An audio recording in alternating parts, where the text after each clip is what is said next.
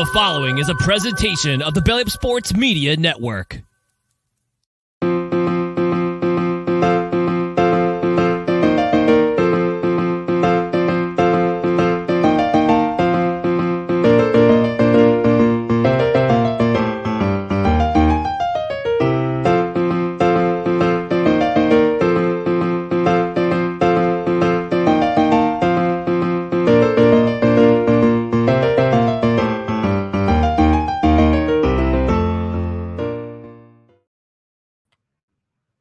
I don't care if it's January 2nd. I'm still playing that until at least next week.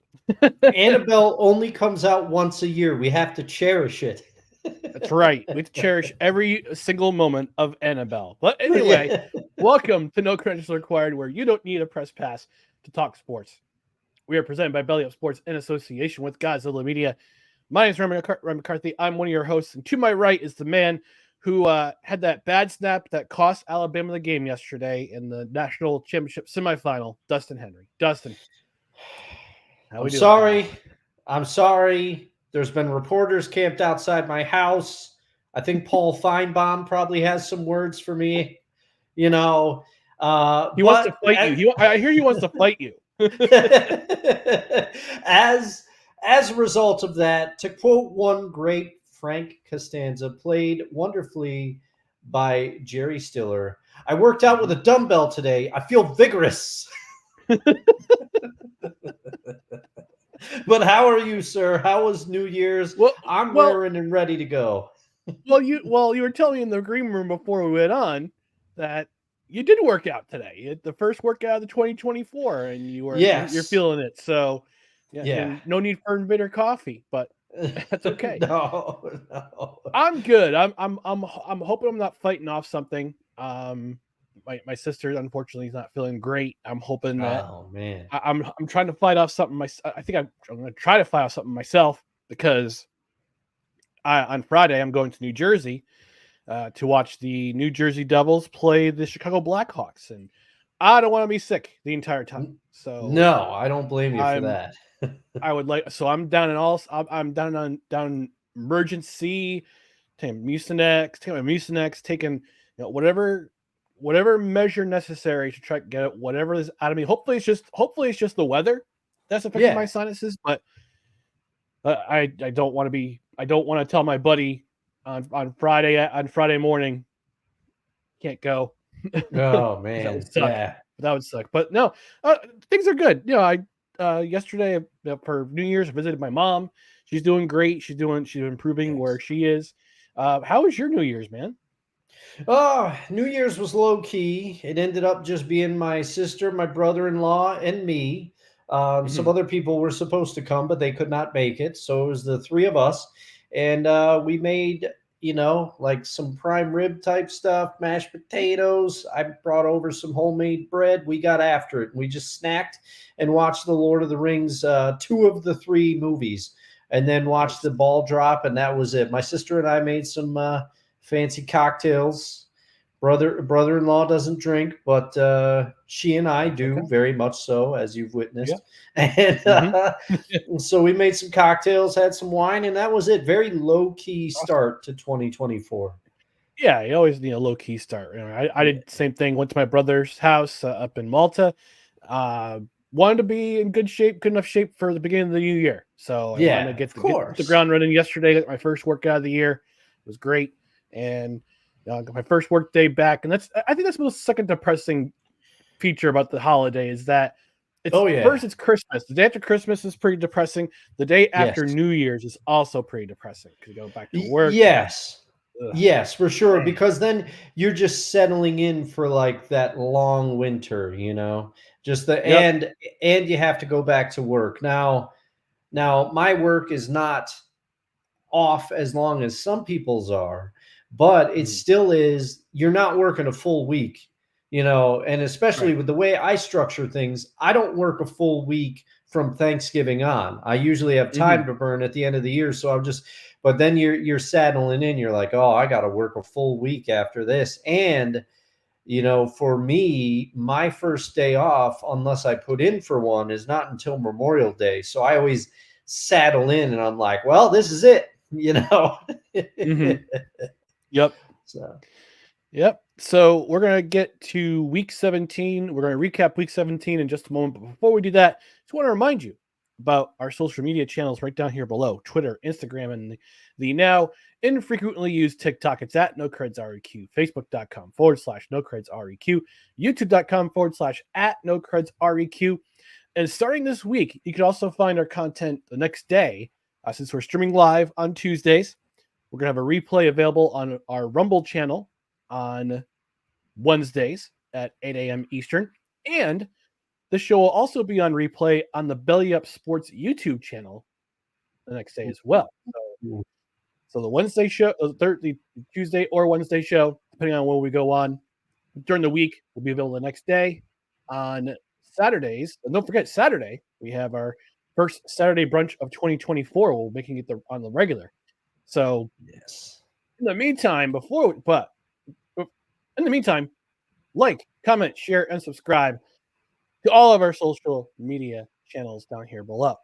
On the podcast side, if you're listening on the podcast side, thank you very much.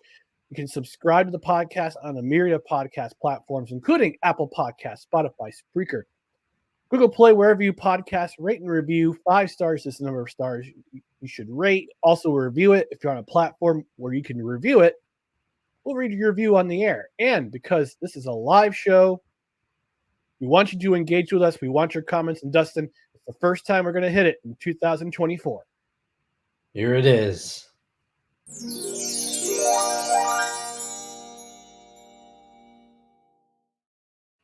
And we already have some comments in the comment section from Sapna. Sports ball! The obligatory sports ball! Exclamation. Hand pink waving. I don't know what that means. I think it's an emoji of some sort. Yes, I believe it's a pink hand waving.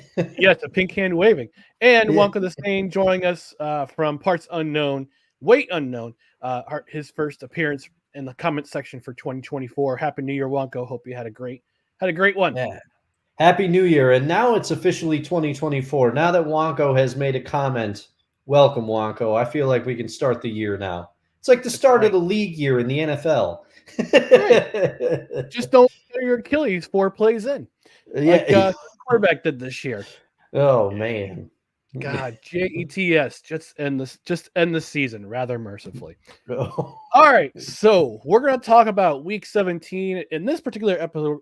On this particular recording, we're going to talk about week 17 in the NFL. We're going to save the week 18 stuff until Saturday, because we figure it's just because there'll be Saturday games this weekend again for week 18. We're going to save the week 18 stuff until Saturday. So this will be a much more abridged show tonight, and going forward too. I think, but we're going to first talk about the biggest upset in the NFL this week. Dustin, I looked at the show rundown. I have a feeling we're going to stay on this particular upset for a while, but what was your biggest upset of the week? Well, again, I usually don't like it when we pick the same game, but to me, there was one obvious candidate this week. And full disclosure, I watched some football, but not as much as I normally would. This is what happens during the holiday season. But Eagles losing to the Arizona Cardinals is without a question the biggest upset of the week, especially with the way it happened, which we will get into. But hats off to Jonathan Gannon going in there. There was rumors that he did not leave Philadelphia on the best terms, and some of his moves throughout that game would indicate that, yes, there is some fire to that smoke.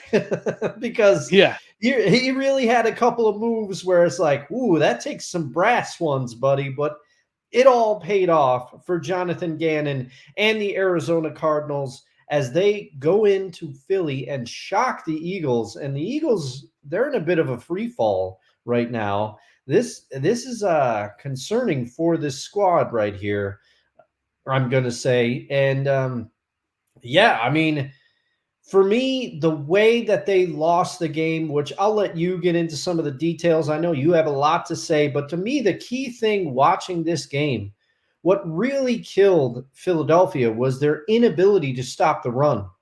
James Conner ran Yeah. like a man possessed out there, you know, and it seemed like every single time they needed a big conversion on the ground, he got it for them.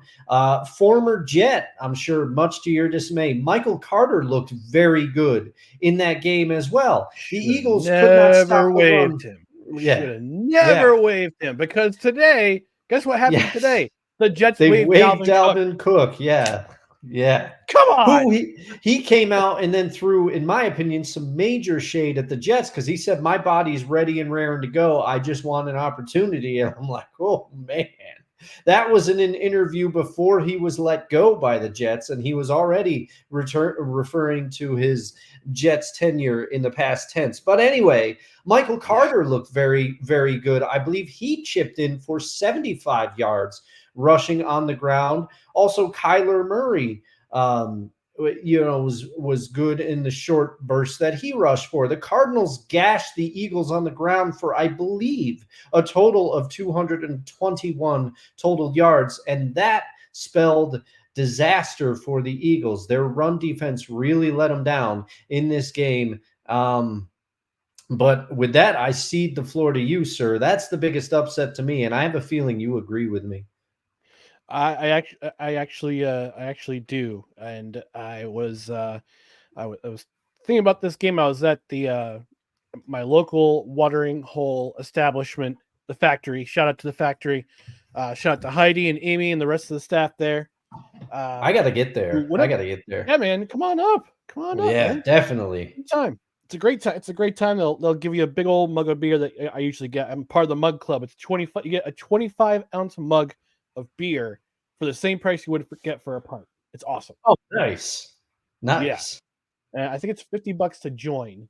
And after you hit a certain amount of beers that you order, they'll get it engraved for you with your number and your something with words. Nice. I I'll was have to Uber there because I'll be smashed after a couple 25 ounces. Hey, my house is up the hill. You can just stay at my house. Yeah. I understand you won't mind, and I'm pretty sure Tagalong wouldn't mind either. But yeah, I was at the local watering hole down the street from where I live. Down the street from where I live, and they got all the games. They got the NFL, the ticket pack. They get the season ticket package, and they got all the game. Most of the games playing. For some reason, they still have it in their contract. You don't get the local Fox station, which is something between DirecTV and Fox. It's a whole stupid thing. Oh, jeez. Anyway, they got most of the games on, and on one TV you got Buffalo, New England. Another TV you got Baltimore spanking Miami. And man. a TV right just above me, about to my right, kitty cord to my right, is Cardinals Eagles. I'm thinking to myself, all right, this is going to be in an alternate universe. This game's a blowout. Yeah. If it's the Eagles of September and October, and then to a certain extent November, this game's an absolute destruction. Absolute positively, it's a blowout. Mm-hmm. But Jonathan Gannon didn't arrive in Philadelphia to take the automatic L to his former boss, Nick Sirianni. Nuh-uh. He was there to reach for that brass ring and take that W back to the Valley of the Sun. And when the Cardinals fell behind 21-6 after that pick six that went 99 yards, and with Kyler Murray throwing it into no man's land, getting picked off by a free safety and returned 99 yards the other way. Yeah. The Eagles going up 21-6 and having an 94% chance of winning the game. Would the Cardinals lay down and die? Nuh-uh. They kept plugging away. They had 2 long touchdown drives in the third quarter, along with a 2-point conversion that wound up tying the game at 21 after the third quarter. And the Eagles go ahead. Cardinals respond. Eagles go ahead again. And looking at the score line, you figured, all right, it's 21-6 at halftime. This game's over. Might as well go home. Might as well pack it in. No. 29 second half points by the Cardinals, surrendered by the Eagles, which, again, September and October into a little bit in November, this would not happen. Yeah. This would not happen. And I don't know what's going on with the Eagles. I know my buddy, our friend of the show, Jared, from Corner Booth. He's a big Eagles fan. My buddy Cool McCain, who runs the Play Callers Network. He's been in a bad mood for the last month because this was 4 losses out of 5 games for the Eagles in December. Yeah. And this was a team that I think I picked the Super Bowl back in August or September when we had our preseason preview. I think you also had the Eagles in the Super Bowl. If I don't remember, I think so. If I remember correctly, I think you had Eagles Bills and I had Eagles Chiefs part 2. But something's going on with this Eagles team. I don't know if it's coaching. I don't know if the players are just tired. I don't know if it's injuries are starting to pile up. Something's going with this Eagles team. They had the league leading rushing defense. They allowed the least amount of yards, if I remember correctly, up until the last month. They surrendered over 200 yards on the ground, as you mentioned. Unheard of. And the Cardinals, they don't have a whole lot to play for except for draft position. What were they? 3-12 coming into this game. Yes, and I think so. And that it's nothing to play for. I think it was just an evaluation period with Jonathan Gannon figuring out who their quarterback is. If Kyler Murray is the guy, I think Kyler Murray's the guy. I bust on him. We bust on him notoriously, whether it's here on Those Credentials Required, whether it's on when I'm on Snowman in the Morning. We talk about Kyler Murray being more concerned about playing video games, playing Call of Duty, than studying the playbook. But I think a lot of that had to do with Cliff Kingsbury and his coaching style. Yeah. Kyler Murray looks re-energized and refocused with Jonathan Gannon as his head coach. He does, and you know what? Showed in this game. And they have a number 1 running back in James Conner, and they have some pieces. And no disrespect to any of the receivers on the Cardinals. I mean, the tight end has exploded. Trey McBride, he has become a reliable target for one Kyler Murray, but they don't have like a traditional number 1 receiver. Although I will say Hollywood Brown is better than a lot of people give him credit for. But you had receivers making plays for him yesterday. Greg Dortch was making, on Sunday rather. Greg Dortch was making plays. Another former Jets cut. Oh man! But I think a very small part of this also had to do with the fact that Jonathan Gannon probably knew the Eagles system pretty well. He knew a little bit what to expect. He could scheme to it a little bit. But a lot of it is what's going on with the Eagles right now. They just don't look crisp. Apparently, the NFC West is a bugaboo for them. They lost to the Cardinals, they lost to the Niners, and they lost to my Seahawks on that thrilling Monday night game. But this team just doesn't look the same. They started out the season great, and everybody was thinking, okay, the Eagles are really gonna get it going here. But even after this game, AJ Brown, he was asked about it, and he said, "What is there to say?" On the one point, I understand it. It's after the game. You just took a loss you didn't expect. It's in the heat of the moment, and somebody shoves a microphone in your face. But also read their body language on the sidelines. The Eagles, they don't look good right now. This is something's going on. There's trouble in Denmark, as they would say. And how about, you got to give it to Jonathan Gannon, because I can't remember if it was after they tied the game at 21 or when they later tied it, I believe, at 28. Jonathan Gannon was like, "Let's onside kick this and get the ball back." I was like, that takes some brass ones. Yeah. But that takes some stones. That's for sure. Yeah. But props to the Arizona Cardinals for this one. I think Jonathan Gannon has shown what a difference that coaching can make. He had them competitive with Josh Dobbs.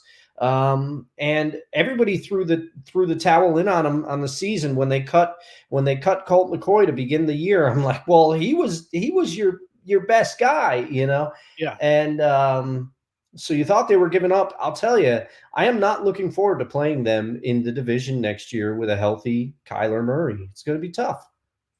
Yeah, it's gonna be a chore. That's for sure. That's for sure. All right, moving on to biggest disappointment. I'm going to lead off with this one. Tampa Bay Buccaneers. What are you doing? What was that? What was that performance on Sunday? You had every opportunity in the world, the opportunity of all opportunities. You have home field. You're playing in the friendly confines of Raymond James Stadium. Home field against a very confusing New Orleans Saints team that 1 week looks like they're going to be the best team in the NFL. The next week they lay so many eggs. You think you were on a chicken farm. Yeah. And you had the chance to win the NFC South. To claim the NFC South, you would have won the division hands down because you would have had the better division record over everybody, and because the Falcons were losing to Chicago Bears again. How the heck are they still alive in the playoff picture? I can't believe that. I might talk about that to end the show, but look, this Buccaneers team had won 4 in a row entering this game. They looked great.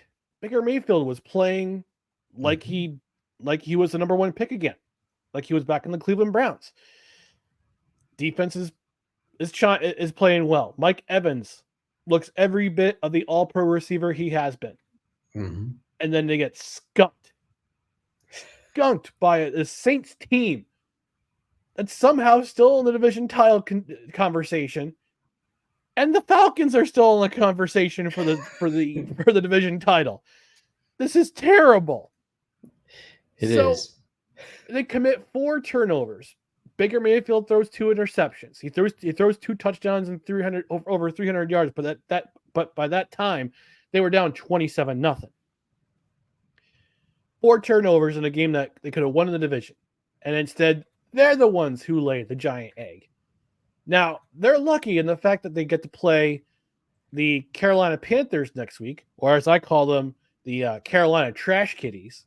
And we'll talk about the Panthers in a couple segments about their god-awful owner. But they're lucky they're playing Carolina next week. And if they blow that game, if they blow this opportunity to win the division, because that's all they have to do, they have to win. To win this division, they have to win. If they lose against Carolina on Sunday, Todd Bowles deserves to be fired. I like Todd Bowles too. He was you're throwing down the gauntlet, guys. But you have to send a message to the team. You have to send a message and say, "Look, you guys played. You guys kept yourselves in games throughout the entire season, with the exception of 2.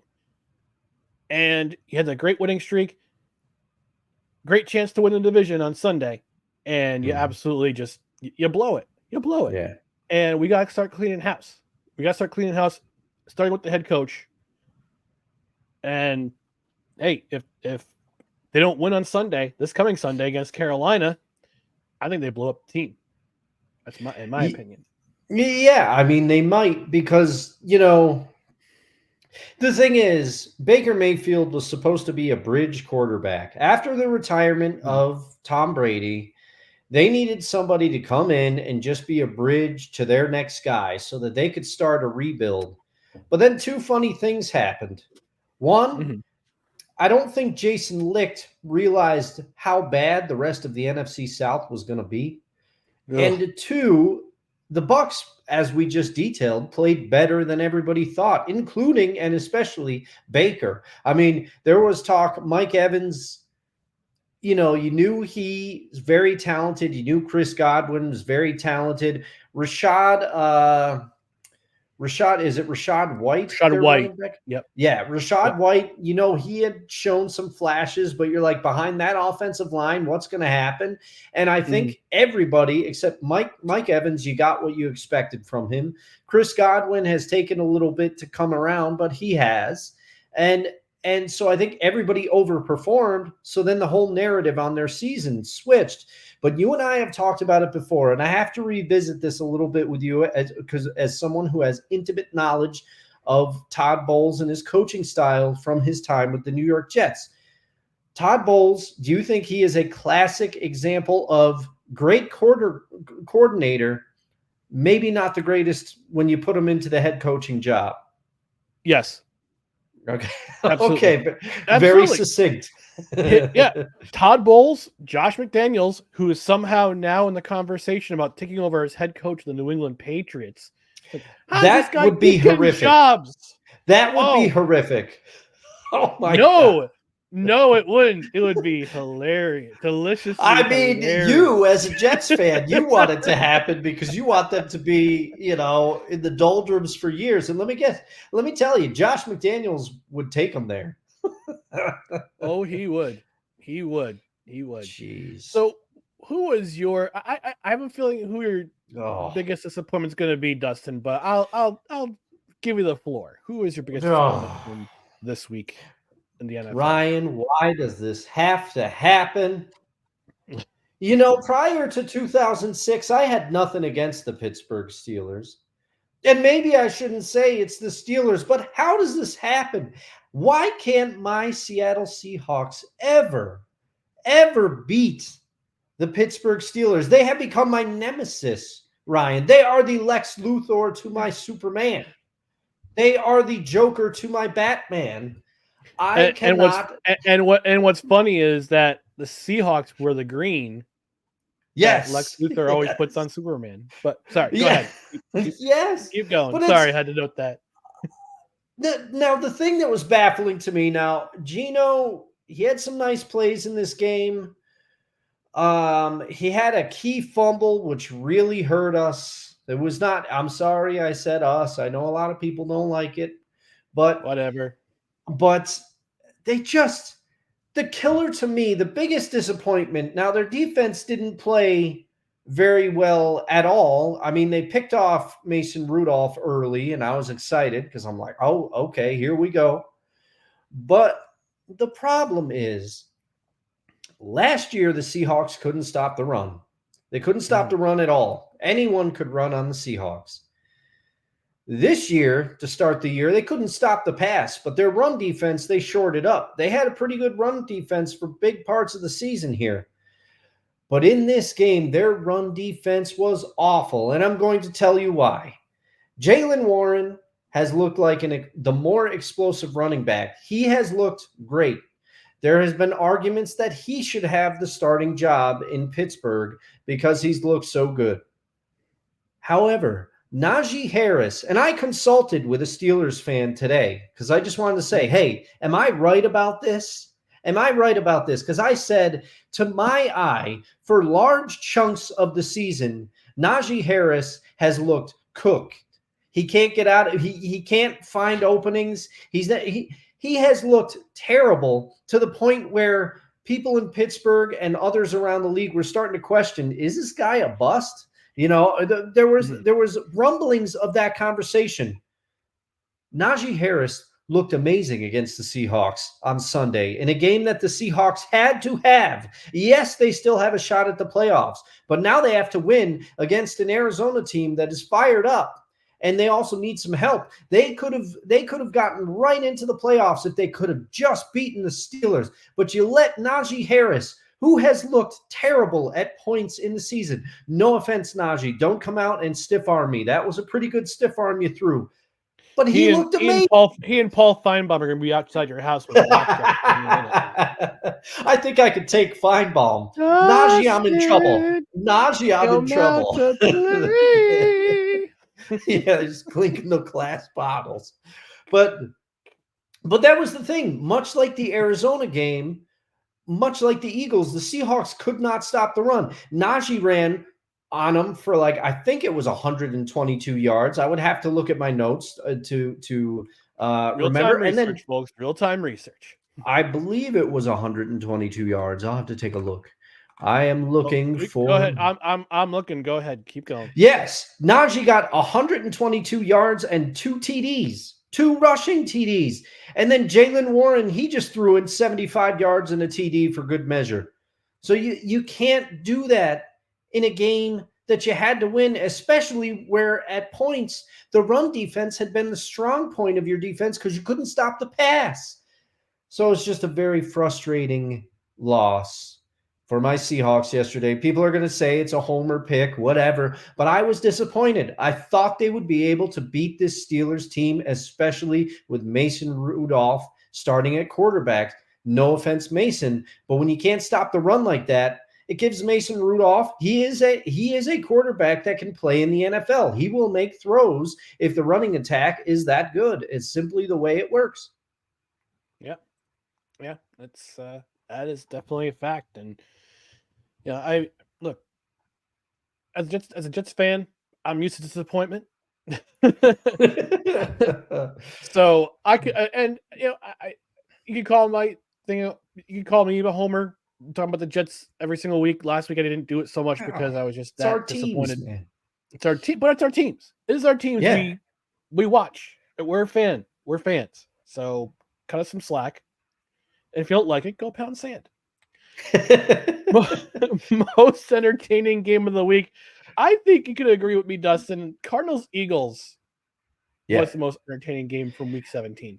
Oh, yeah, which we've already gone over in detail, but there was just some crazy things with the way the Cardinals tied that up on the 2-point conversion and then went for the onside. It was a great game. Great game. I guess you could argue Buffalo New England was pretty entertaining because Buffalo went up.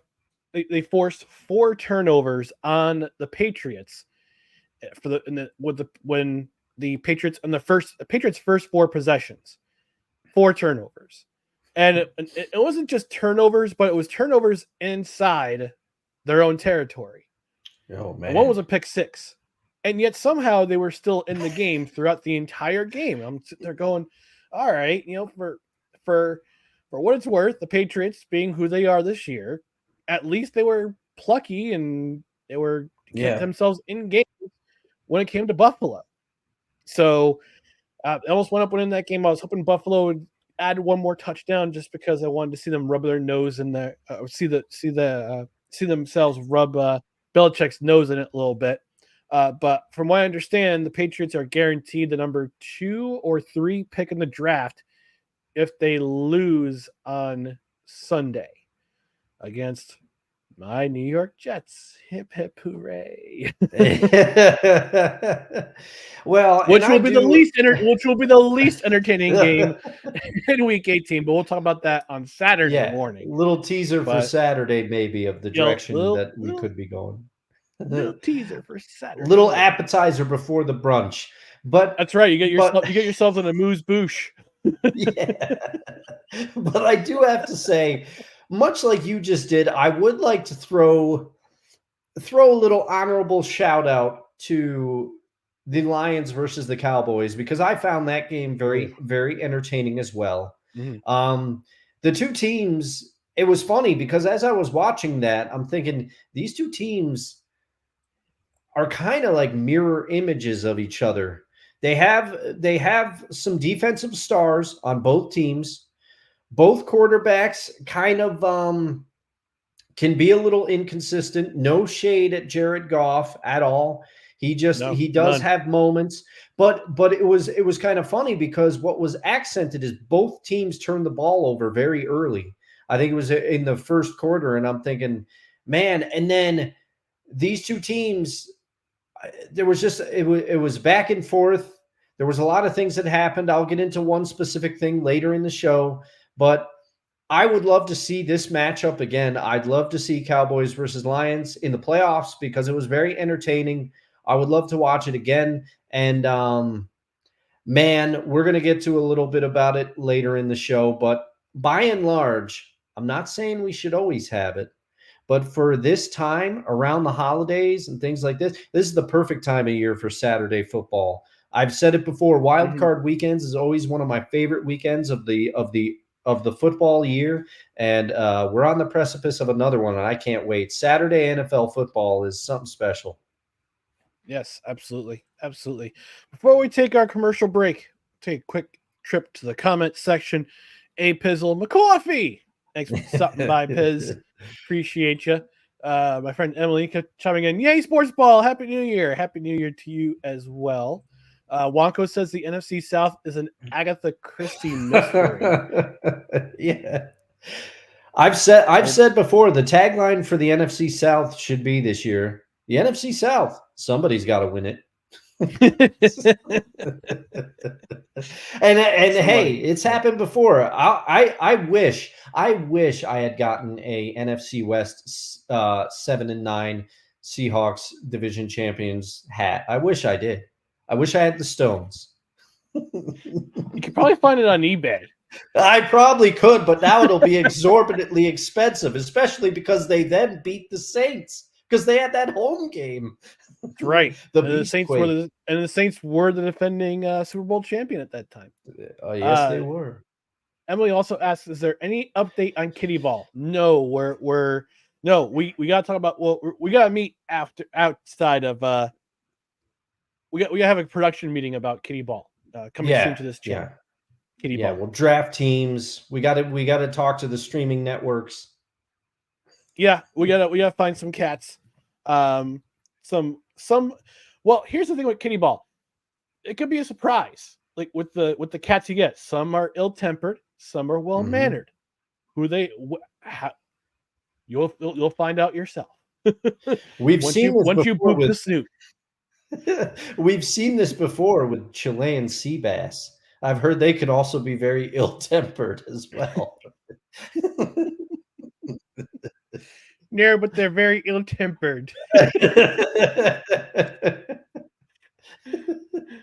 Josiah checking in. Hi there. It's a great show. I hope everyone has subscribed. Thank you, Josiah. Oh, man. Thanks a lot. He also says Ryan rocks, but hey, Dustin rocks. There we go. Too. Hey, yeah, but I see Ryan rocks maybe a little harder. I don't know. well, you play guitar, so I can't really contend with that. But that is one of my 2024 goals, is to get more back into guitar more, because I don't play enough anymore. So I'm looking to change that in 2024. Hey. Wonka the Saint says, hated Mayfield since he planted the Oklahoma flag at midfield on my Buckeyes. Getting drafted by the Browns was Ohio's sweet revenge. Kind of enjoy Mayfield in Tampa Bay. Don't get it, but it's fun. Yeah, I got to admit, I'm with you, Wonko. I wasn't the biggest fan of Baker myself coming out of college, but he's fun to watch in the NFL, and he's kind of made him a fun guy to root for, especially with the way Cleveland did him dirty. Just kicked him out there to get old Deshaun Watson in there. He also says Beast Quake with Tepmobile video game sounds is still my favorite GIF. I still think about "get off me," he says to Tracy Porter. And Josiah also says, Ryan, this is a great show. Thanks for stopping by. We appreciate you stopping by, and subscribe if you haven't already.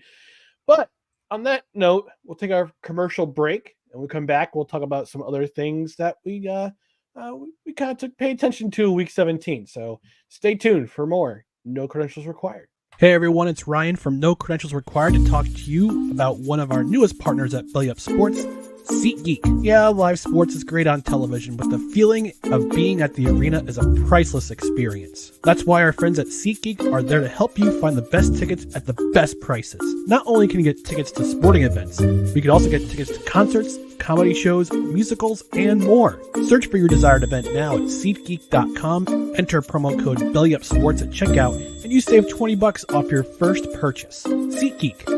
Life's an event. We have the tickets. That's right, folks. SeatGeek.com. And it's a great gift. Anytime gift. We just had the holidays. We just had Christmas season, Hanukkah, all those holidays. And they actually continue because today is actually the 8th day of Christmas. So you have 4 days left. If you haven't bought anything for that special someone in your life, get them some sports tickets, theater, comedy, music shows, whatever tickles their fancy is available and requires a box office ticket. Get it at SeatGeek.com. Enter promo code BellyUpSports at checkout. You get $20 off your first order of $50 or more at checkout. And I tried. I had the opportunity to get some tickets. You get some tickets for this Friday's, excuse me, Devils Blackhawks game. Unfortunately, wasn't able to use the code at the time. Unfortunately, I wasn't able to because of restrictions with the New Jersey Devils, but that's okay. But if you're someone who is looking to go to the same game, maybe I'll see you down there. I'll be in section 208 with my buddy Steve. But you can find those tickets on SeatGeek.com right now. And not only do they have the $20 savings off your $50 or more seats, you can also look for the best prices in the arena you're going to. They're indicated with the green dot on the screen. That tells you the ticket prices are real nice. Real nice. So get your tickets at SeatGeek.com. Again, enter promo code BellyUpSports at checkout for $20 off your first order of $50 or more at checkout. Most notable performance of Week 17. Dustin, I'll have you lead off because I got to play a video for your candidate for most notable performance. Oh, man. Yeah, he really – this is going – they're going to be tough to beat. They're going to be tough to beat because my most notable performance – and it's funny, if you've watched the show the last 2 weeks, you'd think that I got a theme going, but it's not intentional. It's just because he was so good. But I got it. Lamar Jackson is my most notable performance. And I know a lot of people would say, hey, it's easy to always pick a quarterback. I don't try to do it. But when there's a performance like this, you got to give him the nod. He went 18 for 21 for 321 yards, 5 touchdowns, and no interceptions. He had a perfect passer rating. He had, for whatever that's worth, if some people really heavily weight the passer rating statistic, others don't. But either way, 5 touchdowns, no turnovers.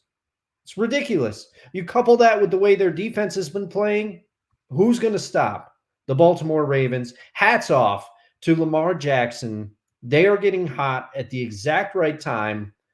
Man, they flew under the radar. I don't know how a team this good flew under the radar for so long, but everybody knows how good they are now. And just as a side note, I have my preseason notes here in front of me. You want to know what my Super Bowl prediction was? I wrote it down. It was Eagles, Bengals. How great does that look right now? About as wonderful as my prediction of all 4 NFC East teams going to the playoffs. That's stupid. I'll never be able to get the title of Rystradamus from you. It is your title. You've done great things with it, sir. But the one prediction that came true for me is I said the Browns would make the playoffs. That's my spicy gumbo prediction. And here we are. The Cleveland Browns clinched a playoff spot.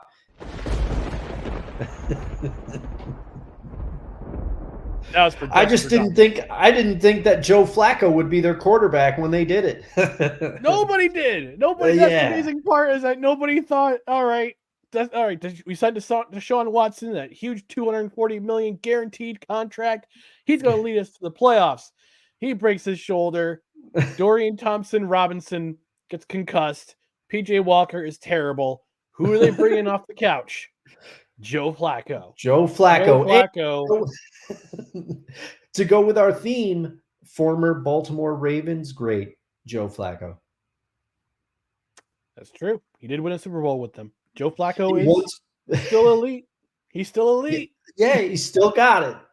Got it. Now, but Ryan, what was your most notable performance?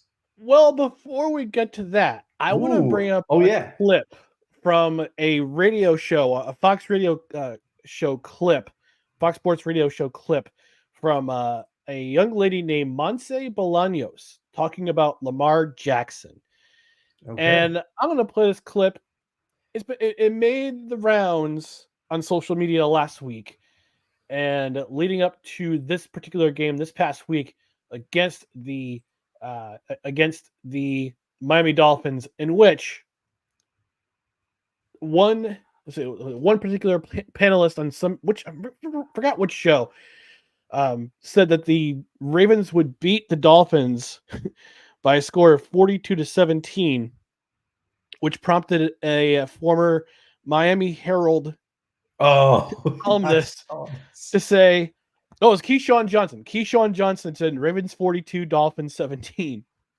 And this former columnist for the Miami Herald, Alan Beasley, says the Dolphins defense has allowed 117 points in 8 games Jalen Ramsey has played, but sure, they're going to allow 42 on Sunday. They allowed 56. But I want to play this clip from Fox Sports Radio, Monse Bolaños. This is what she said about Lamar Jackson. I want my quarterbacks to be quarterbacky. And to me, Lamar Jackson's just a great athlete, and he's done a really good job, and he had a great game against the 49ers. Prisoners of the moment. He is not the MVP. Christian McCaffrey is the MVP, and he has been. I've been saying this for weeks. It's not like I just decided after this game. That's what happened with Lamar. After this game, he jumped up, but he wasn't even in the conversation. He was like an afterthought. It was always like Tua, Duck. No, it's Christian McCaffrey. And then 2, and I'm not a huge fan of Tyreek Hill because of what he does off the field, but a separate conversation. He's in the second one. If it's not Christian, it's Tyreek Hill. Those are the 2 that have stood out every week. Not Lamar Jackson. It's not that I don't like Lamar. It's not that he's not doing a good job. I want my ears hurt. Yeah. I mean, I respect the passion. And she does have a point about what's up, Snowman? Yeah, quarterbacking. Oh, my quarterback's to be quarterbacking. That was going to be my point. Okay, I like traditional quarterback play as much as the next person, but as someone who watched Russell Wilson run around in Seattle for years, and no disrespect to Russ, he is not the athlete that Lamar Jackson is, but this is the way the NFL is now. You're not going to get a Peyton Manning that can throw for 400 yards but can't move at all in the pocket. It's not the way the game is played anymore. If you want your quarterbacks to be unless you're Joe Flacco. He's Joe Flacco. He has an exception. He's a statue in the pocket, but he still slings it. Yeah, but he's got that dad strength. He's throwing the ball down the field because he's got like 5 kids. But anyway, that's gonna be a T-shirt. That's gonna be a T-shirt. Dad's strength. Well, I'll tell you, because Phillip Rivers, if he could somehow come back, he could probably throw the ball a country mile because he's got like 13 kids. He's got a lot. Like 10 kids. Good for him. Good for him. Yeah. I don't say that sarcastically either. Good for him. No, honestly. good for him. That's what you can tell. That's what he's always wanted. He's a family man. But yeah. I have to disagree with her here. Now, Tyreek Hill, I would say he's the most valuable player to his team because you see the impact that he has.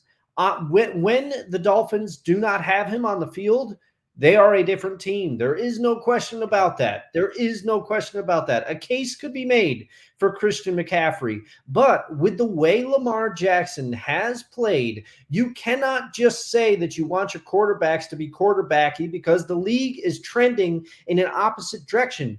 Lamar Jackson is one of the standards now. Back when Michael Vick was playing, quarterbacks like him were a unicorn. But even you look at somebody like Jared Goff, he throws the ball a lot. He's not what you would traditionally call an athletic quarterback, but watch him move in the pocket and he can make plays with his feet. In this league now today, you have to make plays with your feet. And I think it is borderline disrespectful. And I've been guilty of it too myself. It is borderline disrespectful with the way that Lamar Jackson has played to just say that he is just a great athlete and nothing else. You don't throw for 5 TDs and no interceptions just based on athletic ability. Lamar has been improving each year because he's committed. He's getting into the film room. You can tell. I'm not, it's not like I'm some Baltimore Ravens insider, but he has been improving his quarterback play since he came into the league, and that is through studying. That's not through athletic ability. No, and you can say what you want about quote athletic type quarterbacks. I've seen them come and go. Randall Cunningham, prime example of a quote athletic quarterback. Yeah, he could run, but he also had a rocket for an arm. An absolute rocket for an arm. Same with Michael Vick. Michael Vick could run all over the field, but he could still sling the rock. Yes. Now, here's my question. And I don't mean to be political or bring touchy topics into this. Is Josh Allen quarterbacky? No, I would say he's not. Josh Allen makes more plays with his legs, and he has been critiqued for it in Buffalo. But nobody comes out and says, "Oh, he's just a great athlete." They call him a quarterback. Yeah, so I think I know where you're going, and I think you're right. The tweet. This is what the tweet says. It says, "I'll read the tweet from 35 KY Sports, Fox Sports, Monse Bolaños on Louisville football, Lamar Jackson." Quote, "I want my quarterbacks to be quarterbacky. To me, Lamar Jackson is just a great athlete. He has a great game against the 49ers. Is quarterbacky code or something else?" I don't think it is. I don't think it is because we bring that particular aspect way too into the conversation. My personal opinion. Quarterback's quarterback. A football player is a football player, regardless of if you're black, white, Polynesian, or Asian, Pacific Islander, Mexican, Hispanic. It doesn't matter. If you're a player, you're a player. That's it. Some of us are more athletically gifted than others. Yes. Those play the quarterback position. You have to rely. There are certain strengths you have to rely on as an athlete.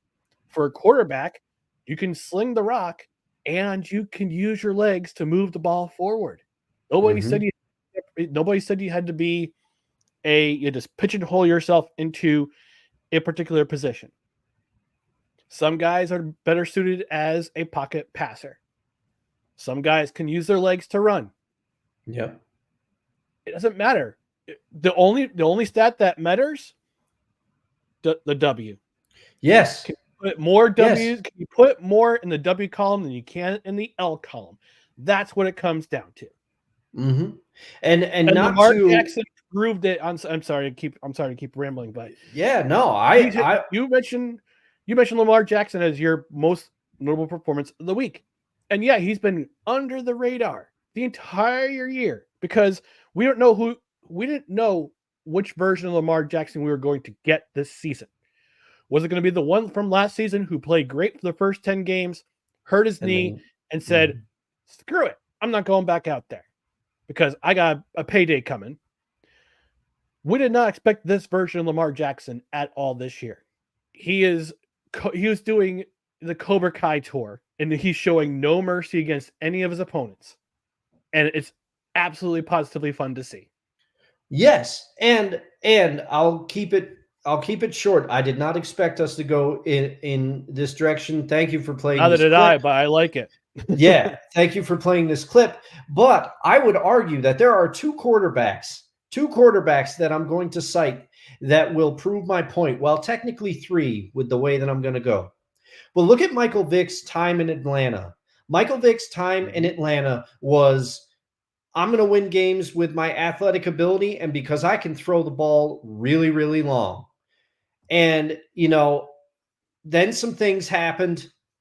Obviously, we know what those are. We're not going to get into them. But he was starting to put it together in Atlanta. He was starting to play the game on top of that athletic ability. And then we saw what the full version of that once he had Andy Reid and a good coaching staff around him. And also once he started studying more and by his own admission, maturing more and actually looking at game tape, Michael Vick took it to another level. That season he had with the Eagles was unbelievable. So you can't play it to the level that you need to be great if you're just a great athlete, because Michael Vick proved that great athletic ability and being able to throw the ball really far takes you only so far, and then you can ascend to another level once you start putting in the time and studying the film. And the other quarterback I'm going to cite, and I don't always agree with everything he says, but I think he had a really good point. I was watching a clip before this show, and it was Cam Newton. And he said, quarterbacks like Peyton Manning set an unrealistic standard. He said the Peyton Manning could get back there and throw for 400 yards. And he had, very few mistakes and everything else. He said, but that's the standard that people want to hold quarterbacks to. He said, there are quarterbacks today. And I think he was specifically referencing Justin Fields, but his context, I kind of agreed with. He said, I would get the same yardage totals, but it would be different. I would get 200 yards passing with maybe a touchdown. I'd get like 230 yards passing with a touchdown, and then I'd run for 100 yards and get another touchdown. It's the same touchdown totals and it's the same yardage, but it's a different way of doing it. And his argument was kind of like, why is this way bad? Because as you said, you get the same result. So I really agreed with his point on that. I had never looked at it that way. And I think he makes a valid point with that one. Now, for me, my most noble performance was the Ravens defense. Yes. How fitting. How fitting that it's the Ravens defense. Look, you're one of the rarest things that happened this year is that along with the Buffalo Bills, you only allowed 20 points to the Miami Dolphins this year. They allowed only 19. And if you can hold one of the highest scoring offenses in the league to only 6 points in the second half, and you force 2 interceptions, and you force another fumble from you forced Tua Tagovailoa to throw 2 interceptions, and you forced another two turnovers, you're gonna win the game every single time. And I've made this criticism about the Dolphins. I won't say it again. We'll talk about that on Saturday. Yeah. But not only is Lamar Jackson running on all 4 cylinders right now, this Ravens defense is playing out of their minds. Yeah. They proved it in front of a national TV audience against the San Francisco 49ers in San Francisco 2 weeks ago. They come in against the Miami Dolphins. This was the premier game of the week. For some reason, Jim Nantz and Tony Romo weren't at that game. Explain that to me, even though Ian Eagle was part of the broadcast team. Ian Eagle and Trent Green were on the broadcast team for Baltimore and Miami. Regardless, at least it wasn't a Spiro D-list game. But I love how I've kind of converted you to my side. No. I have not liked Spiro D-list at all because he was the only voice I would hear for so many years, for like the last half decade, who would broadcast Jets games. Yes, the Jets games, yeah. I had to suffer through his terribleness. Well, I think I brought it to another level when I accentuated the way he says touchdown. Touchdown! Yeah. Before we go on to our next topic, Wonko brings up a great question. Could the Ravens lose to the Browns in the playoffs? Third game against a divisional opponent, crazy defense, Flacco playing with house money. Also, it'll be the rubber match of the year. Big oof, man. If it happens, Jackson is a phenom. That's actually, you know what? Let's save that for Saturday. For Saturday. Yeah, we'll have to save that because that's a good one. That's a good one. But I will say it's so fitting that I pick Lamar Jackson and you pick the Baltimore Ravens defense because we're two sides of the same coin here. I think what we're both saying is Baltimore is very good, and they're getting hot at the right time. They have that Giants vibe, the Giants team that was a 10-6 team, and they sneaked in as a wild card team, and they beat the Patriots in the Super Bowl because they got hot at the right time and ran on all cylinders. The Ravens are getting hot at the right time and running on all cylinders, but they're not a wild card team, and that's a lethal mix. Yeah. See, you're Jean-Claude Van Damme, and I'm Dennis Rodman in Double Team. Offense gets the glory, but defense wins the games. That's right. And defense is doing the dirty work, getting the rebounds and wearing the wedding dresses. And occasionally kicking the cameraman in the crotch. But that's neither here nor there. We're going to move on to our final topic of the evening. That's our hottest individual take of the week. And I'll lead off with this one because I got to say something here about this particular owner. And a video on social media went around of Carolina Panthers owner David Tepper. In our rundown, I said allegedly because I couldn't tell whether it was him or not, but it came out that, yes, he did indeed throw a drink on a Jaguars fan in Jacksonville. Look, you go to somebody's house. Forget it. I go to Dustin's house. Yeah. And I start throwing drinks around, and I'm not drunk, but I'm angry at what's going on the television. I don't throw drinks at the wall. I don't throw drinks at his other guests. I'm a guest at his house. That's no way to behave. Yeah. And I don't care if you're a thousandaire or a billionaire or you make no money at all. You don't act that way in somebody else's house. And the fact that he threw a drink at somebody in somebody else's house is disgraceful. And he has been an embarrassment to the league. You can say all you want about Daniel Snyder and his 20 years of awfulness. Shout out Drew Willie. Shout out to D. Willie, Drew Willingham. Big Command Skins fan. We talked about it on the show. We'll have to have him back sometime before the season's over. Oh, but for sure. But we talk about how Daniel Snyder was an awful owner. David Tepper is about to take over that mantle very fast. He's gone through six head coaches in the time since he has taken over majority ownership of the Panthers since 2015. I don't think they've been to the playoffs once. I believe he was the guy who fired Ron Rivera. And I think so. He was. Yep. Because he was the first head coach that he fired. But there just seems to be no signs of his madness stopping. Now, the NFL, it's run by the owners. I don't know if they'll have the temerity or the stones, the brass balls, to step in and say we're not going to allow this in our amongst us. Because not even the worst. The McNair family, for all the crap they put Deshaun Watson through, they wouldn't do this. They wouldn't have done this. I don't think even Daniel Snyder, when he was the Command Skins owner, would have done the same thing. But this is awful behavior, and I'm glad the NFL stepped in. They actually a couple hours before the show, we found out that he was fined $300,000 for the incident. Personally, I don't think it was enough. Yeah, for him, that's. I don't want to say it's insignificant money, but it's not. Yeah, it's a drop. It's a penny. It's a penny in the penny jar. It's sitting on my desk. That's what it basically. Yeah, and you know what, Dan Snyder. We all know the reprehensible things that he's done. More and more comes out about him.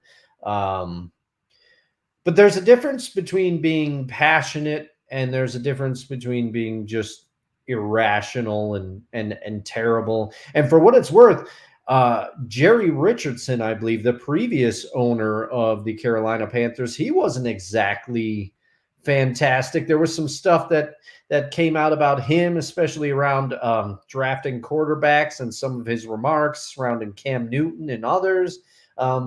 So this guy didn't have to do much to be considered a better owner. And I would say that he's just completely gacked it up, because a lot of people had a lot of things to say about one Al Davis. But Al Davis, Al Davis was passionate and he loved his Raiders. And yes, he sued the league and everything, but he was standing by his beliefs. Al believed that he was in the right, but Al Davis, I can guarantee you, would not go to another stadium and throw a drink at another fan or spill a drink on him. This is just another level of incompetence and just being a terrible person. Yeah, that's true.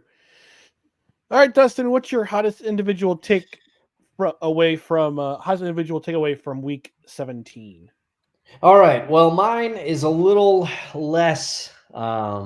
It's something that I've mentioned before, and it is on the field. And I'm going to die on this hill, but I'm going to keep saying it. I know I sound like an old man, but whatever happened to taking the points? Yes, that's exactly how I sound. Whatever happened to taking the points? I mean, I get it. Field goals are not a guarantee in today's NFL. Kicking seems to be, with the exception of a few kickers, you can't necessarily count on field goals. But some of this going for it on fourth down, these analytics, and I get it. The man who I'm about to talk about, Dan Campbell, that's been part of his MO all season and even parts of last season. It's the way he coaches. It's the way he plays. He believes in his team. But much has been made about the way the Cowboys and Lions game ended versus who reported and who was eligible and all this stuff, and the refs screwed it up. But guess what? I have something to say to you. They went for it on 4th and goal, but it was a long 4th and goal. Go back and look at the tape.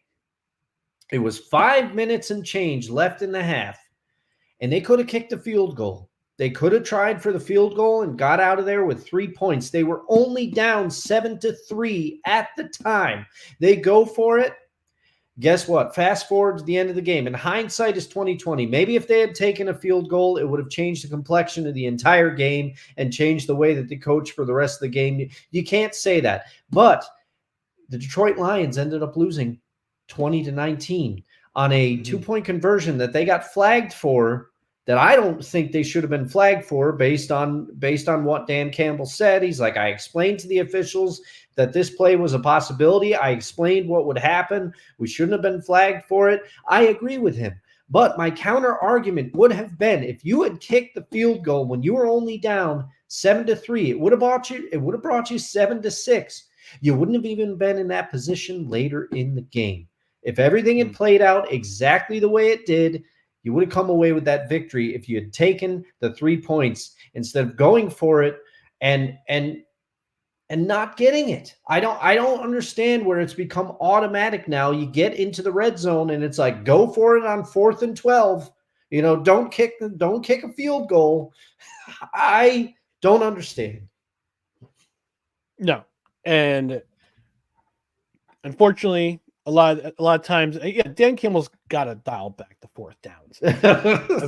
Eventually, he's got to dial it back. And we talked about analytics. We talked about how that basically the analytics were the downfall of one Brandon Staley at one time or another.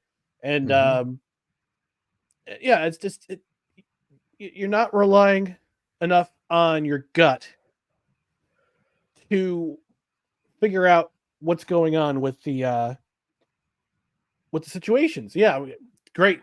Have an analytic, have some sort of odds as to what works and what doesn't work. Great. But if you're relying on it too much, you're not relying on your gut instinct to go for it. Yeah. Or just have the temerity to say, all right, we'll just take the points. Let's just take the points. We'll go into the locker room, get 3 points. Yes, 6 is greater than 3. But in a situation like that where it could decide the game, you want to take the easy points. Yeah. Yeah. So, I get it. Thank you. Well, you're welcome. And so before we get out of here, I'll take a couple more comments. Wonka the Saint says, my hot take, I'm 50-50. Should the Seahawks take Russell Wilson back with Denver eating some of his salary? A previous no credentials required guest argued Seattle should blow up the roster and start over. I'm not there yet. Yeah, that was Daniel Smooth from a couple weeks ago. He argued, and this was after the Seahawks had lost against, I can't remember who. He said that they should, I think it was San Francisco. It was San Francisco, but they also lost to the Rams late. So it might have been after that, but I think it was San Francisco. I think you're right. Yeah, but that's a good question. Should the Seahawks take back Russell Wilson with Denver eating most of his salary? I don't know. I think that bridge is. I'm not a Seahawks fan. I can't speak for Dustin. I can't speak for Staniel. I think that they've moved on. They've moved they've had their separate ways. I think so. I think so, Wonko. It's a great question. But I think the thing is Russ would want to start. And I think that part of it is Pete Carroll and John Schneider orchestrated that trade because they saw something with Russell Wilson. They knew him. They're the ones that drafted him. And so far, although Russ has improved massively this year, and at some other venue, I'll get into the way that he has been disrespected by Sean Payton. It's ridiculous. But I think the Seahawks got rid of him for a reason the first time because they saw he was going in a particular direction. So I don't think they would take him back unless it was at a significant discount. And I think they're looking to draft their quarterback of the future, although they gave Geno a big contract. So, I mean, who knows? Who knows? He also says, thank you guys. Great show. Happy New Year. Happy New Year to you as well, Wonko. But before we get out of here, I just want to make a replay. What's coming up for a big show announcement Saturday morning brunch. So I'll go ahead and play that video. We have a big announcement to make. Ooh. We have a big announcement. And we talked about this after the show on Saturday. And Dustin and I, we've decided, starting on January 6th, Saturday brunch will be coming to you on the regular on Saturdays. Yes. Yes. Let the brunch flow through you. Strike me down with all your might, your hatred. With all your mimosas. Yeah. But yeah, bottomless. Yes. Bottomless we talked about mimosas. Bottomless mimosas. But we talked about it after the show. And it's great that we enjoy talking to sports in the regular every week. And we talk about the NFL throughout the season. And we decided there's a lot more sports news that goes on, whether it be nationally, whether it be locally. We actually have some breaking news on the local side. We might talk about another time, but it's a sad local thing. The quarterback for the UAlbany Great Danes, he's decided to enter the transfer portal. But anyway, so this Saturday, starting at 10 a.m. Eastern, Snow Crunchel Saturday brunch on the regular. We'll talk about NFL Week 18 and talk about the wild playoff picture that is just around the corner. We'll go over all the scenarios. We'll call it Planet Desperation, because a lot of teams have to win and some teams have to have other things happen. So we'll break that all down on Saturday at 10 a.m. Eastern. Come on down and join us. Come on down and join us and grab a coffee, grab a donut, grab some bacon, whatever your fancy is. Talk some football. And after the football season's over, we'll start talking other sports. You know, we got hockey, we got baseball. Spring training starts next month. We'll kind of dabble into other sports besides football. So we'll hope you come along and enjoy the ride.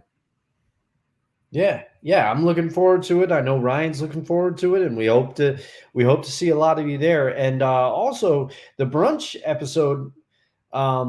The brunch episodes kind of turn into a place to have some cool guests on. So I imagine once in a while we'll be doing that. So it's going to be a good time. I'm going to start working on something for Super Bowl. So be on the lookout on our social media channels, which you can find right down here. Twitter, Instagram, and the occasionally use TikTok at NoCredsREQ, Facebook.com/NoCredsREQ, YouTube.com/NoCredsREQ, @NoCredsREQ. Please don't forget to like, comment, share, and subscribe to all our socials down here. You can also follow us on Rumble. Give us a follow there. The show will be on replay the next morning. And again, as I mentioned at the top of the show, this show will be on replay on Belly Up Sports YouTube page starting tomorrow. So we'll get that going. So you can watch on replay there. On the podcast side, subscribe to the podcast on whichever podcast platform you subscribe to, whether it's Apple Podcasts, Spotify, Spreaker, Google Play, wherever you podcast, rate and review. 5 stars is the number of stars. We would love for you to rate us. And if you're on a platform where you can review, we might even read your review on the air.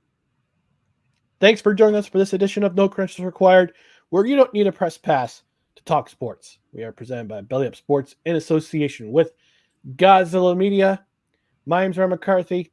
I've been one of your hosts. Dustin's also been one of your hosts. We're glad you joined us. Happy New Year of 2024. And we will see you this Saturday on the Saturday brunch edition of No Credentials Required. So we'll see you then. Good night, everybody.